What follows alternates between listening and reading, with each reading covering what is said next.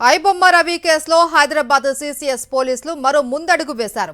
IBomma Ravi NRI కావడంతో foreigners act జోడించారు. రవికి కరేబియన్ ఐలాండ్ పౌరసత్వం ఉండటంతో ఈ నిర్ణయం తీసుకున్నారు పోలీసులు.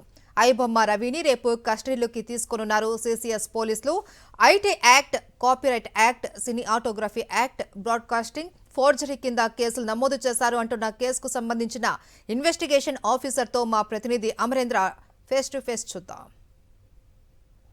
రెండు తెలుగు రాష్ట్రాల్లో సంచలనం రేపినటువంటి పైరసీ రాకెట్ వ్యవహారాన్ని హైదరాబాద్ సిసిఎస్ పోలీసులు ఛేదించారు. ఐబొమ్మ బప్పం టీవీ వేదికగా నిర్వహించినటువంటి పైరసీ రాకెట్ మొత్తాన్ని కూడా ఐబొమ్మ రవే నిర్వహించినట్టుగా గుర్తించడం, ఆ తర్వాత అరెస్ట్ చేసి రిమాండ్ కూడా తరలించడం జరిగింది. అయితే దీనికి సంబంధించిన వివరాలు అడిగి తెలుసుకునే ప్రయత్నం ప్రస్తుతం ఈ కేసుకు సంబంధించిన ఇన్వెస్టిగేషన్ ఐఓ ఆఫీసర్ సిఐ ఉన్నారు, మాట్లాడే ప్రయత్నం చేద్దాం. సార్, ఏంటి అసలు మీరు మొదట ఎక్కడ దర్యాప్తు మొదలుపెట్టారు, ఎక్కడేంటి చేశారు? ఈ కేసులో వచ్చేసి స్టార్టింగ్ మనము ఈ ఐబొమ్మ వెబ్సైట్ అనేది పైరేటెడ్ ఇల్లీగల్ మూవీ కంటెంట్స్ అనేది అప్లోడ్ చేస్తారు. అంటే మూవీ రిలీజ్ అయిన 1-2 డేస్లో ఐబొమ్మలో రిలీజ్ చేయడము, ప్లస్ దాంతోపాటు ఓటీటీ కంటెంట్ కూడా ఐబొమ్మ వెబ్సైట్లో మనకి రావడం జరుగుతుంది. అయితే ఫిల్మ్ ఛాంబర్ వాళ్ళు, తెలుగు ఫిల్మ్ ఛాంబర్ వాళ్ళు మనకి ఇచ్చిన కంప్లైంట్ మీద మేము ఇన్వెస్టిగేషన్ స్టార్ట్ చేసినాము. ఇంతకుముందు దీనికంటే ముందు కొన్ని వేరే ఇల్లీగల్ వెబ్సైట్స్ ఉంటే అవిట్ల మీద కూడా ఇన్వెస్టిగేషన్ చేసి దాదాపు ఒక 10 మందిని అప్పుడు అరెస్ట్ చేయడం జరిగింది. వన్ తమిళ్ బ్లాస్టర్స్ అనేది, one Tamil MB movie rules అని చెప్పేసి ఇంతకుముందు ఇచ్చిన కంప్లైంట్ ఉంది. దాని తర్వాత ఐబొమ్మ అనే వెబ్సైట్లో కూడా ఈ మూవీస్ అన్ని అప్లోడ్ అవుతున్న ఇల్లీగల్ కంటెంట్ అని కంప్లైంట్ ఇస్తే దాన్ని కూడా ఇన్వెస్టిగేషన్ చేసినాము. అయితే దీని ఐబొమ్మ స్పెషల్ ఏంటంటే, ఈ వెబ్సైట్ ఎందుకంత ఫేమ్ అయ్యిందంటే, దీంట్లో మామూలుగా మూవీ కంటెంట్తో పాటు ఓటీటీ కంటెంట్ కూడా అతను ఆ దాంట్లో హెచ్డి క్వాలిటీ అనేది అప్లోడ్ చేయడం వల్ల జనాలకు ఫ్రీగా వస్తుందని చెప్పేసి చూడడం జరుగుతుంది. కానీ ఈ మూవీస్ అప్లోడ్ చేయడం వల్ల అతనికి ఫైనాన్షియల్ బెనిఫిట్ జరుగుతుంది. అంటే గేమింగ్ అండ్ బెట్టింగ్ ఆర్గనైజ్, మీకు తెలుసు గేమింగ్ అండ్ బెట్టింగ్ అనేది చాలా విరివిరిగా జరుగుతుంది మన తెలుగు రాష్ట్రాల్లో. సో మన తెలుగు రాష్ట్రాల్లో అని కాకుండా దేశం మొత్తం కూడా ఈ గేమింగ్ బెట్టింగ్కి అలవాటు అయ్యి డబ్బులు పోగొట్టుకోవడం, అట్లే ప్రాణాలు పోగొట్టుకోవడం, డబ్బులు పోగొట్టుకొని అప్పులు అవ్వడం వల్ల ప్రాణాలు కూడా పోగొట్టుకునే సిచ్యువేషన్ జరిగింది. సో ఇతను అంటే ఈ మా ఐబొమ్మ వెబ్సైట్ ఓనర్ ఎవరైతే ఉన్నారో ఎండి రవి అతను తన వెబ్సైట్ని క్రియేట్ చేసుకొని దాంట్లో మూవీస్ అప్లోడ్ చేసేటప్పుడు దాంట్లో యాడ్స్ అనేది ప్లేస్ చేస్తాడనమాట. 1win, 1xbet అని చెప్పి డిఫరెంట్ మన gaming and betting organization companies ఉన్నాయి. వాళ్ళ యాడ్స్ని ప్లేస్ చేసి దాన్ని అతని వెబ్సైట్లో అప్లోడ్ చేస్తున్నారు. దాన్ని జనాలు చూస్తున్నారు.